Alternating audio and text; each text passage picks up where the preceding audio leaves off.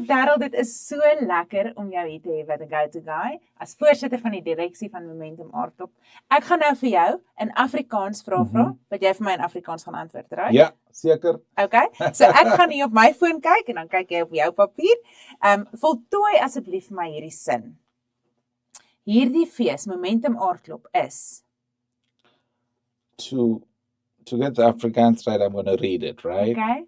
Well, in English, I would say what you knew it will be, but also be prepared for many surprises. So, wat jy dink, dit sal wees, maar meer as wat jy verwag. Mooi, dis waar. Goed, leierskap beteken?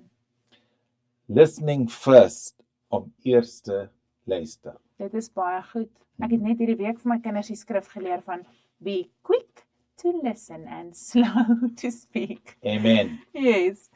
Gemeenskap floreer wanneer? Ja, ek wil sê wanneer mense by mekaar kom. En dis wat Aardklop doen, hè? Ja. Die NWU glo in Aardklop. Gister, vandag, altyd. Yes, ek love it. Kuns verander? Kuns verander alles. Dit is 'n maklike antwoord. En jy, Prof Balia, jy hoop dat mense wegstap met 'n glimlag en 'n gedagte vir die dag. Dis mooi. En dan 'n laaste een, die toekoms van hierdie fees. Hang nie van geld af nie, maar van die mense. Absoluut. Dis wonderlik. Baie dankie. Ek waardeer high five op baie Afrikaans. Mooi gedoen. Nou toe, Potchefstroom, daar het jy dit.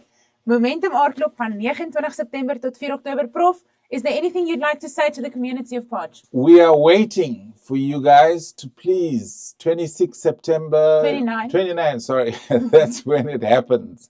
Make sure you're there. You're going to be surprised with the lot that we have to offer this year.